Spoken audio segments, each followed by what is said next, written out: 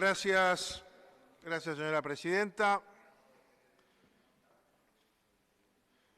Venimos hoy a cerrar otra empresa del Estado, a liquidarla.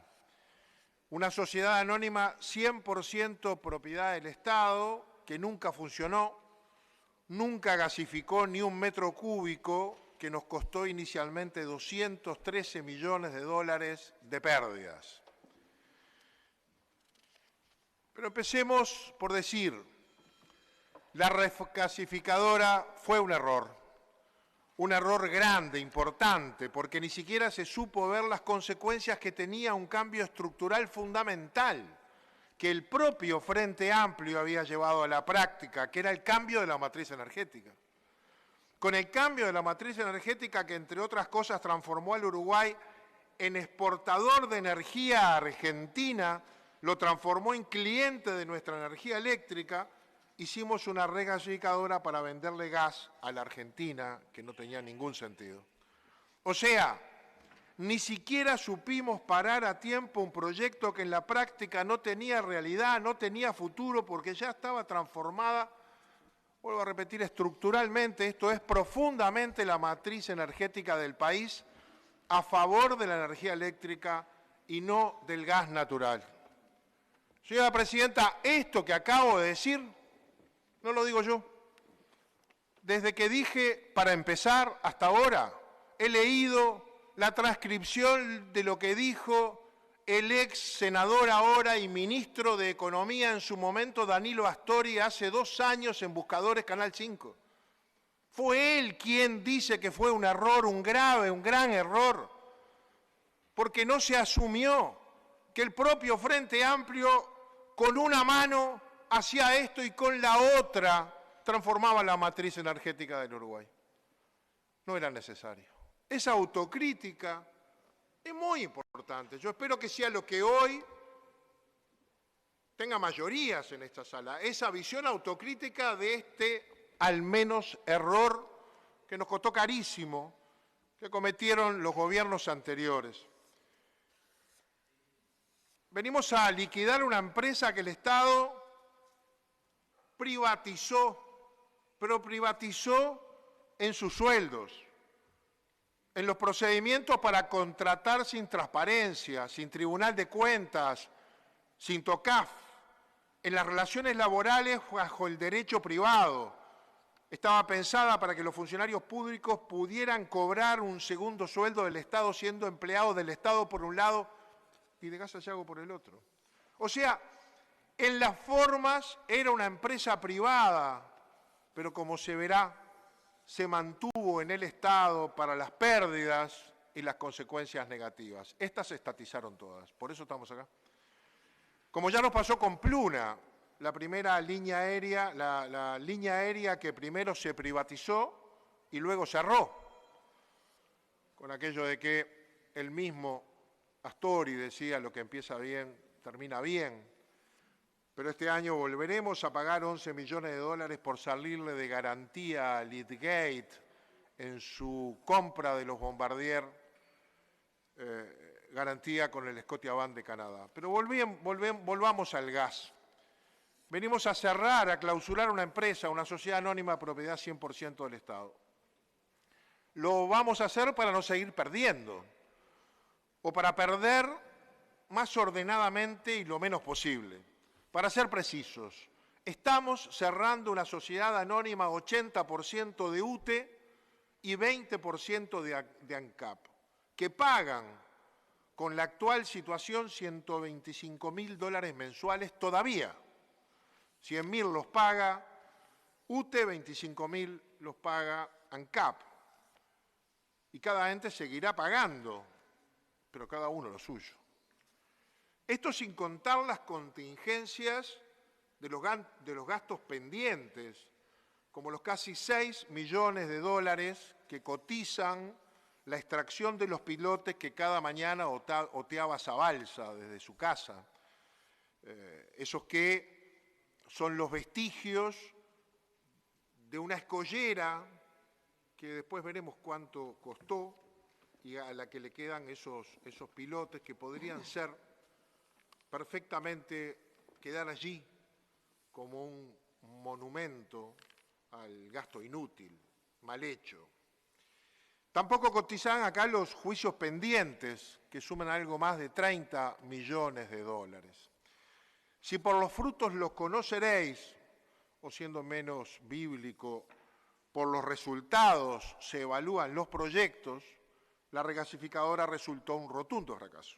Rodeada de sospechas de corrupción y poca transparencia, y al menos en el mejor de los casos, de notoria negligencia e incompetencia de sus jerarcas.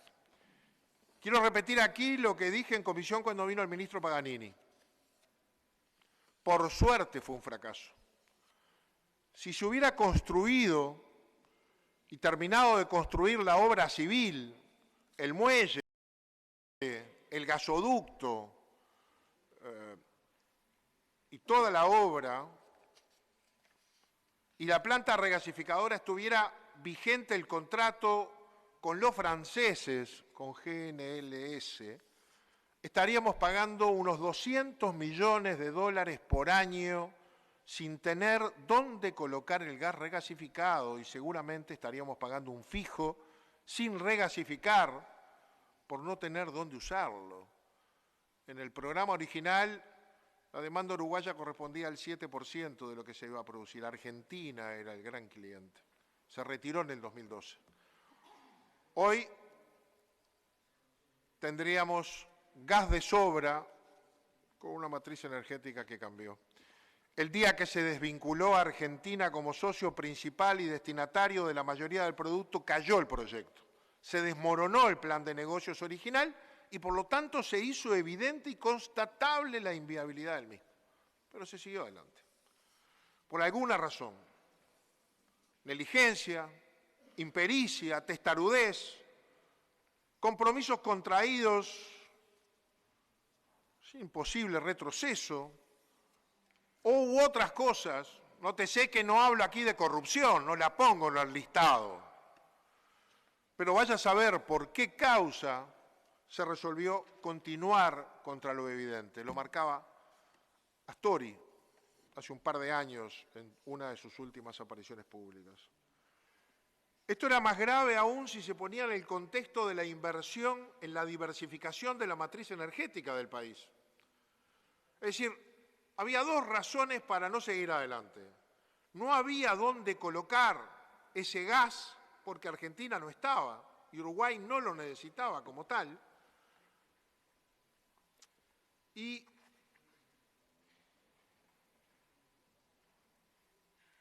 no teníamos un modelo alternativo. La inversión en eólica, en fotovoltaica y en biomasa, energía que aportan hoy las 3 plantas de pasta de celulosa, alcanzaban para abastecer el mercado interno necesario y el crecimiento previsto, junto, por supuesto, a la hidroeléctrica. Esto sin necesidad de prender las centrales a derivados del petróleo, que son mucho más caros, y en las que también se invirtió.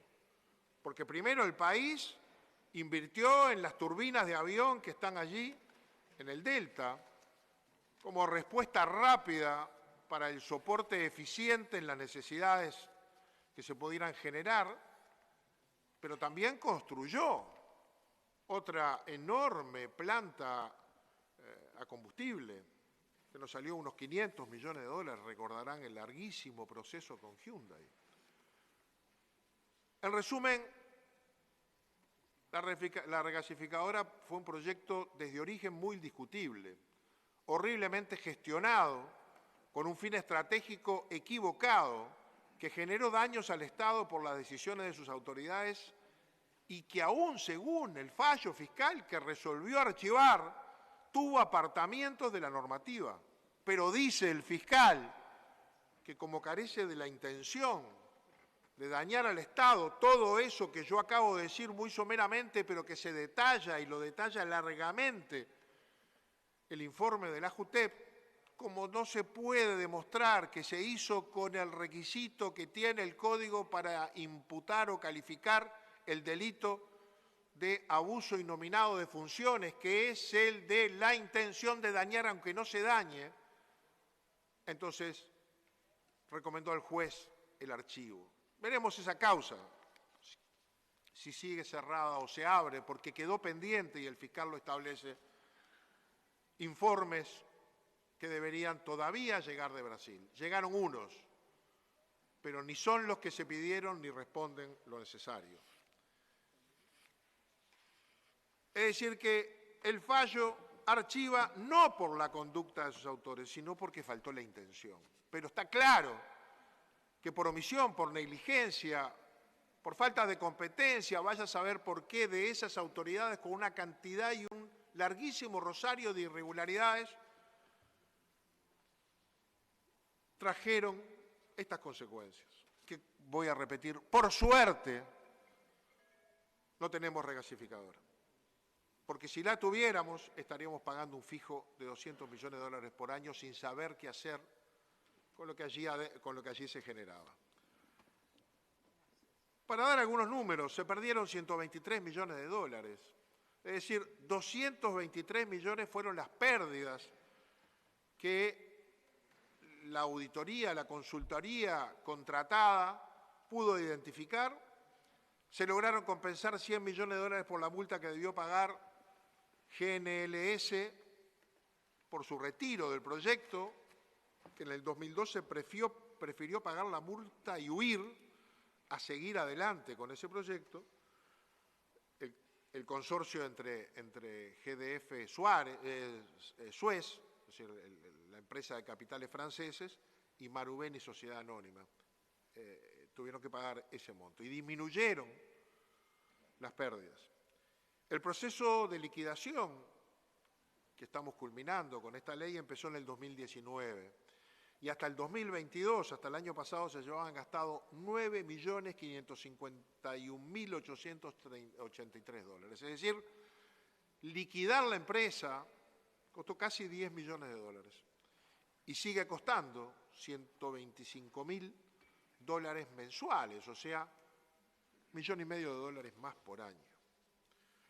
Todo esto, por supuesto, más 37 millones que se reclaman en juicio contra el Estado, y a esto hay que sumarle, si algún día se hace, la extracción de los pilotes de nuestra bahía. A los efectos de conocer exactamente lo que pasó, contamos con un informe extenso y detallado de la JUTEP,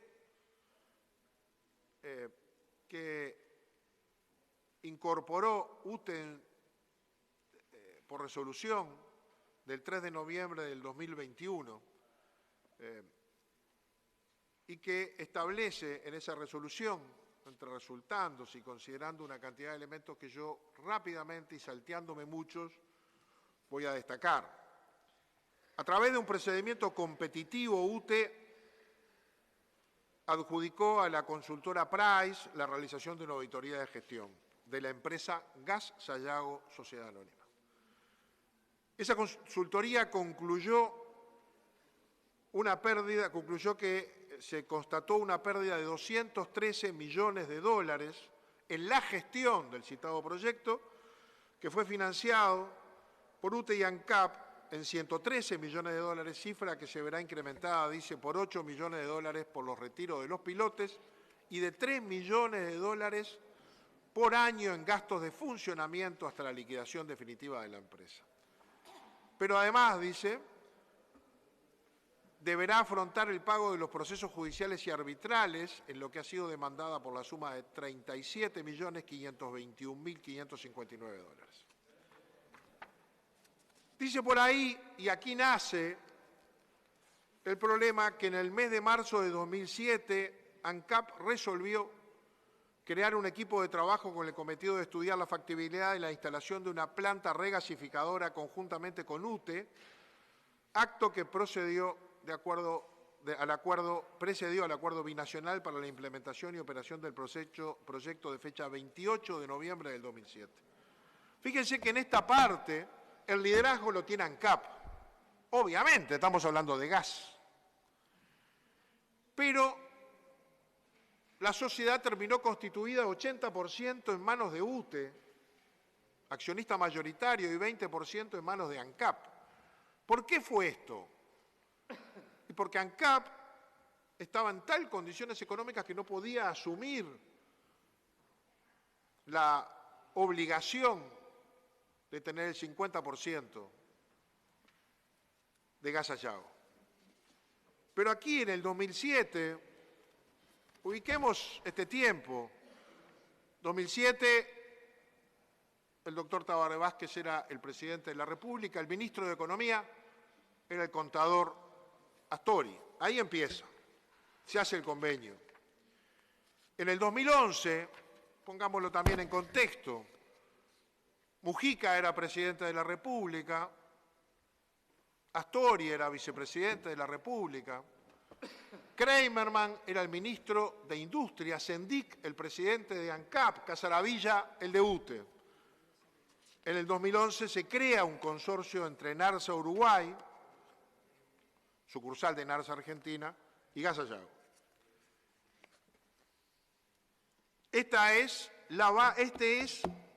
Este consorcio y este acuerdo es la base del plan de negocios.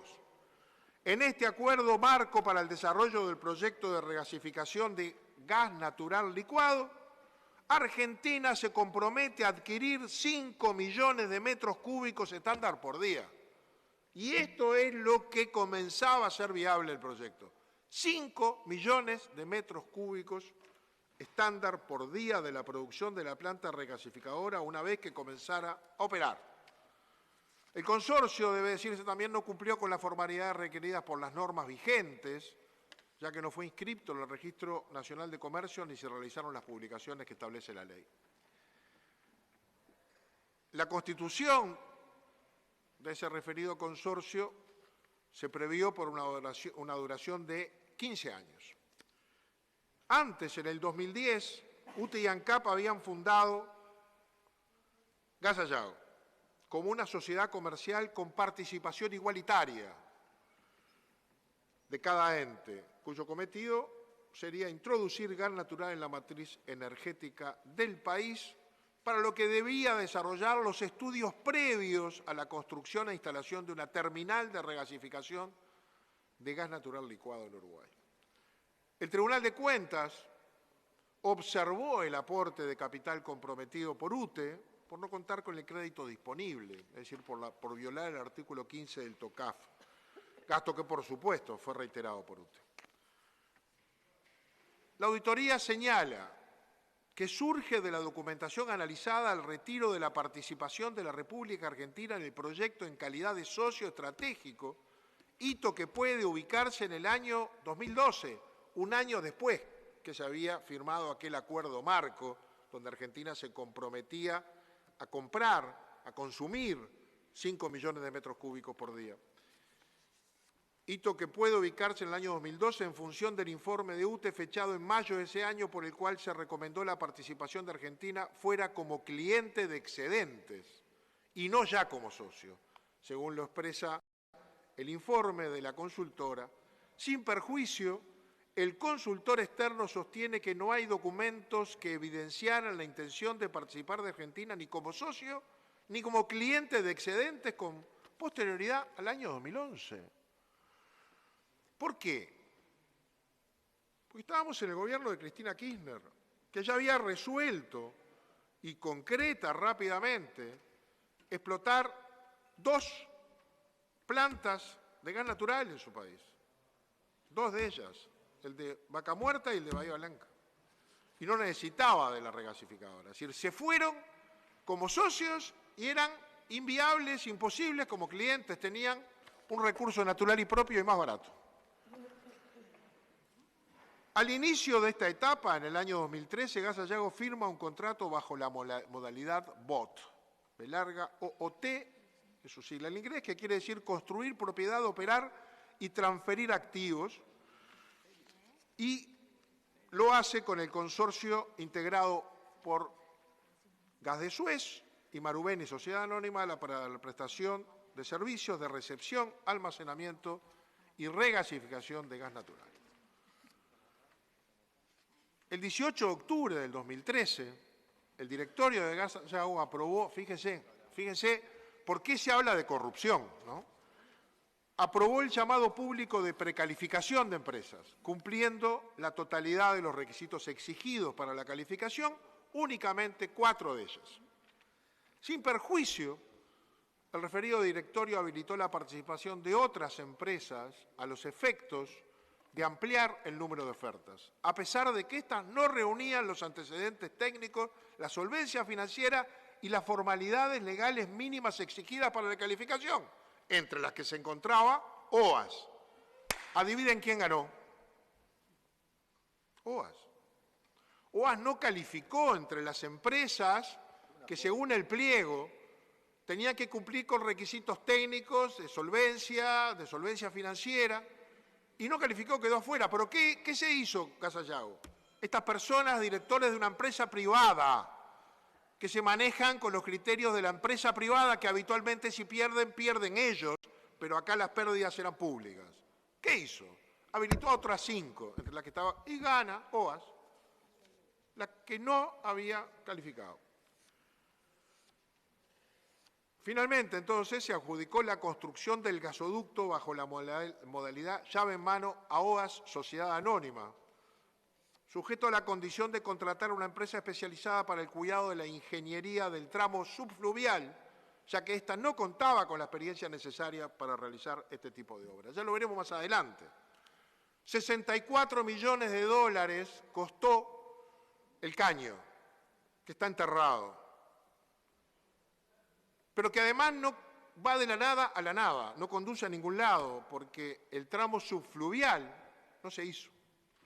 Es donde OAS no estaba calificado. Tenía que contratar a otro y pagarle. Pagamos 64 millones de dólares por un caño que nos cuesta el doble que el caño este que estamos haciendo para traer agua de San José al Santa Lucía. Está enterrado ahí abajo, tipo de utilidad.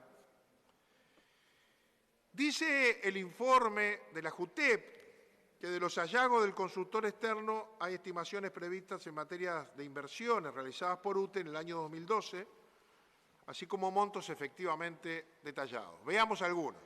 La escollera,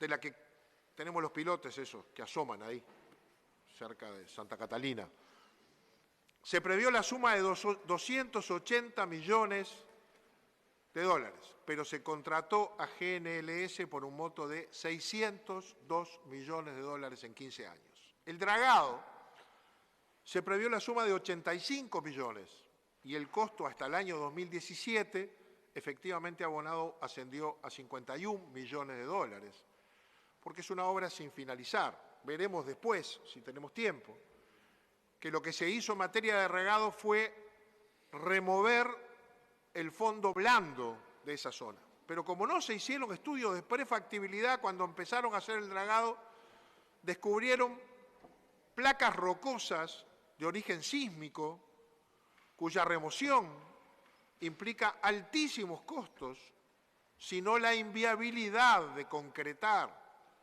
el dragado a la profundidad requerida. Obviamente que no se hizo. Y dicen los informes técnicos que no en mucho tiempo el dragado realizado será absolutamente anulado por el efecto de las corrientes y la naturaleza. En el gasoducto se proyectó invertir 25 millones de dólares y se contrató a la empresa OAS por 64 millones y medio.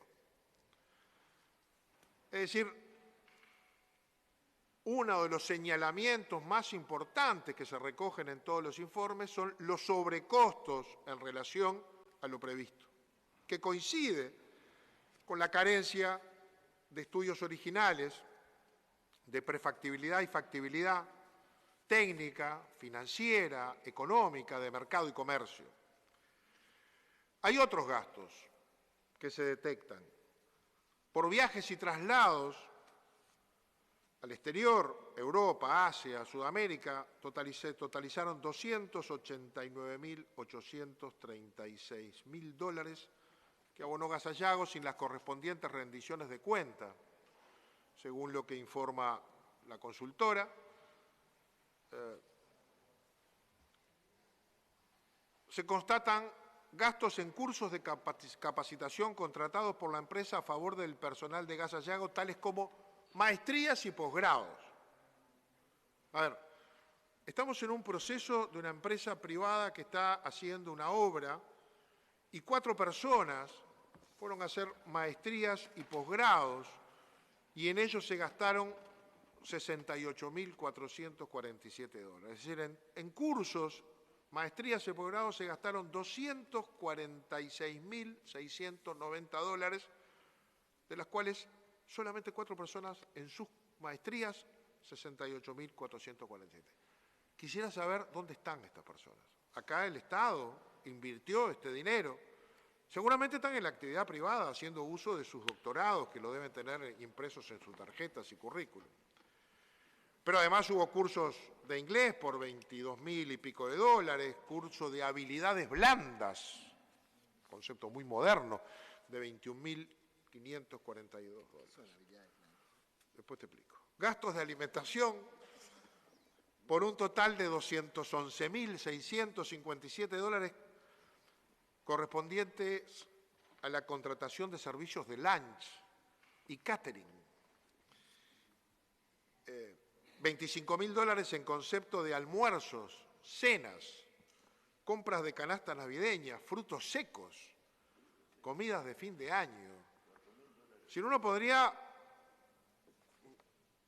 sin ningún prejuicio, ¿no?, lo mira de lejos y dice, se daban una vida bárbara esta gente de Gas Sayago. No eran tantos, gastaban mucho, y como le daban de punta con todo esto, habían contratado un servicio de gimnasio para compensarse, ¿ve? En el que hubo gastos que están constatados en el 2015, 2016, a razón de, no tengo el número acá, unos $500 mensuales por esos 24 meses. Hasta entradas para las eliminatorias del Mundial se compraron. Se cambiaron las condiciones de las indemnizaciones por despido de sus trabajadores, con montos superiores a los previstos legalmente. Es decir, hay montos que se le daban extraordinarios fuera de lo que estaba legalmente previsto para aquellos trabajadores que dejaban de pertenecer a la empresa por acuerdo.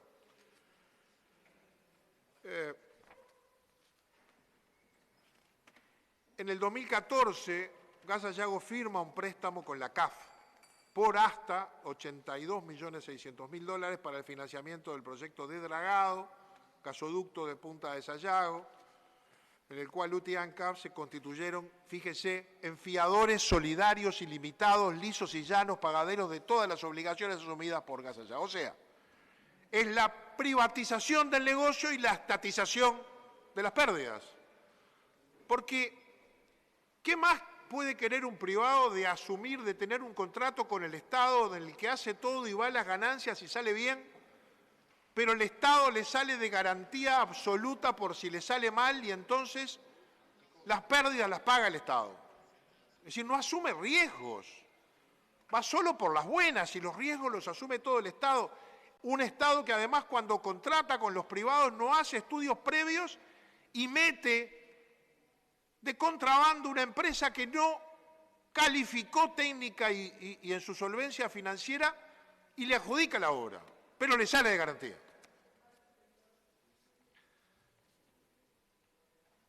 En abril del 2015, como no podía ser de otra manera, OAS se presenta a concurso de acreedores.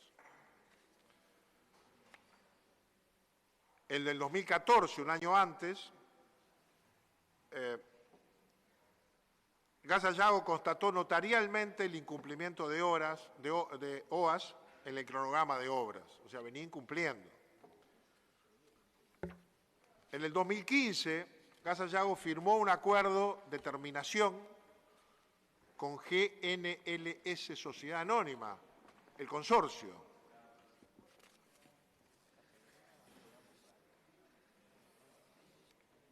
Gas Sayago, Gas Sayago termina su relación con GNLS, firma, y Gas Sayago ejecuta la garantía de cumplimiento previsto con esta empresa, con este consorcio, y percibe la suma de 100 millones de dólares por multa. Por eso se disminuye. Pero sigue adelante, ¿no? Ya no tiene Argentina y no tiene la empresa que había contratado para hacer toda la obra.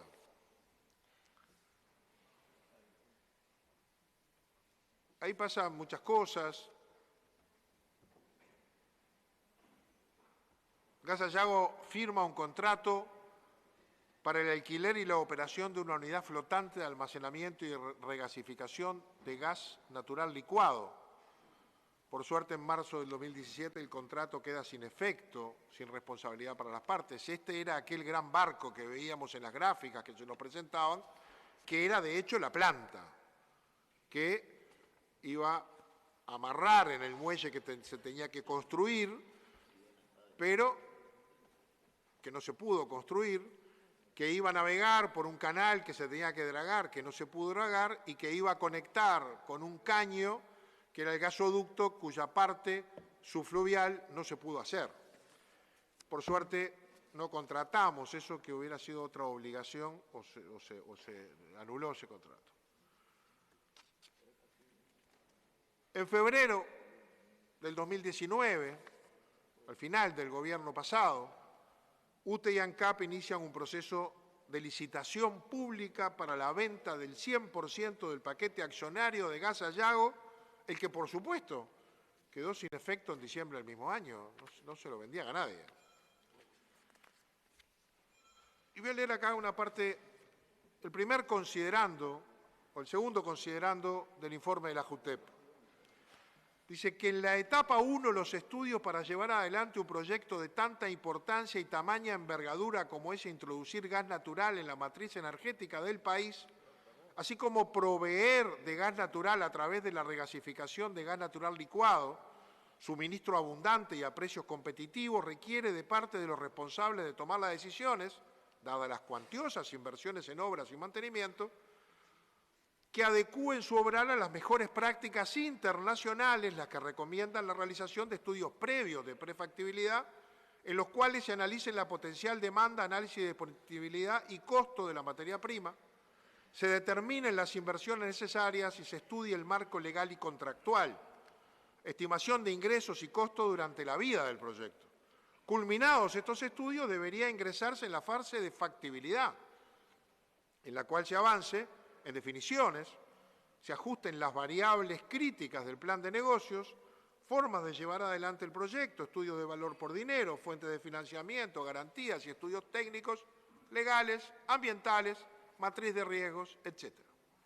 Y dice que los consultores de Price, según lo expresan en su informe, no tuvieron acceso a un estudio integrado que combinara de manera completa la factibilidad del proyecto ni su modelo económico-financiero, detallado que justificara la toma de decisiones en la etapa de licitación y adjudicación de los principales contratos del proyecto. Es decir, ¿qué nos dice la JUTEP? Que nos hicieron los estudios necesarios para saber si esta obra era conveniente para el país. Pero también nos dice por allí que poco después se cae el socio, la Argentina, en el 2012, era ese el momento adecuado para poner marcha atrás, perder lo menos posible, ir a un plan de contingencia diferente, y aún así se siguió adelante. Y acá paro y debo recordar, no es que nos quedábamos sin energía, es que paralelamente el país estaba invirtiendo cuantiosas sumas en negocios muy atractivos para los privados que seguimos pagando a razón de 500 millones de dólares por año, para construir muchos parques eólicos que nos dieran la tranquilidad de una matriz nueva en energía, que sumado a otras, hoy le dan al país la posibilidad de exportar energía eléctrica. O sea que se siguió adelante tosudamente con un proyecto que atravesó 3 gobiernos, los 3 del Frente Amplio, y que obviamente era inviable. No hay un solo argumento por ningún lado que se nos pueda decir que si se hubiera concretado no estaríamos hoy con el proyecto en marcha penando mucho más que lo que estamos penando por cerrarlo. Podría seguir leyendo, Creo que no tengo por qué agotar a la Cámara con más datos, muchos de los cuales han trascendido. Estamos aquí aprobando, como se aprobó en la comisión por unanimidad, la liquidación de otra empresa del Estado por negocios ruinosos, objetivamente constatable que fueron ruinosos para el país, iniciado en un proceso de visión equivocado, sin destino, sin socio y obviamente con visos de manejos irregulares, alguna de esas irregularidades con apariencia delictiva, que como le falta el calificativo de intención para la visión del fiscal y obviamente del juez, hacen caer el componente del dolo, pero que no quitan los hechos objetivos que se han constatado. No quisimos entrar aquí a algunas de las cosas que vinculan a esta empresa OA seleccionada a dedo, claramente, intencionalmente, ayudada a tener ese contrato de 64 millones de dólares, que la vinculan al proceso de corrupción en Brasil, ampliamente difundido, y en el que algunos testimonios dicen que se viajó al Uruguay y viajes hubo, y que se entró en contacto con algunas autoridades del gobierno que no han podido ser identificadas, y por esa razón no vamos a ir más lejos que el comentario, pero tampoco lo vamos a evitar, porque es parte de lo que rodea todo esto y a lo mejor es parte de la explicación razonable de por qué se siguió adelante cuando todo indicaba que no. Y este reconocimiento lo hace quien fuera ministro de Economía y vicepresidente de la República en el periodo central de todo esto, que fue entre que se crea 2007 a 2015, 2016, que se cae, objetivamente se cae, y generosamente se califica de error. Por lo menos fue un error, por omisión de controles, por ineptitud, una de las causales de la destitución que prevé la Constitución de la República para los funcionarios públicos y que no califica para delito. Pero creo que estos son fundamentos suficientes para que con vergüenza este Parlamento tenga que clausurar a esta empresa diciéndole a los uruguayos y a los ciudadanos que malgastamos sus recursos por estos montos que andan cercanos a los 200 millones de dólares que podrían haber sido utilizados bien para otras cosas. Gracias, señora presidenta.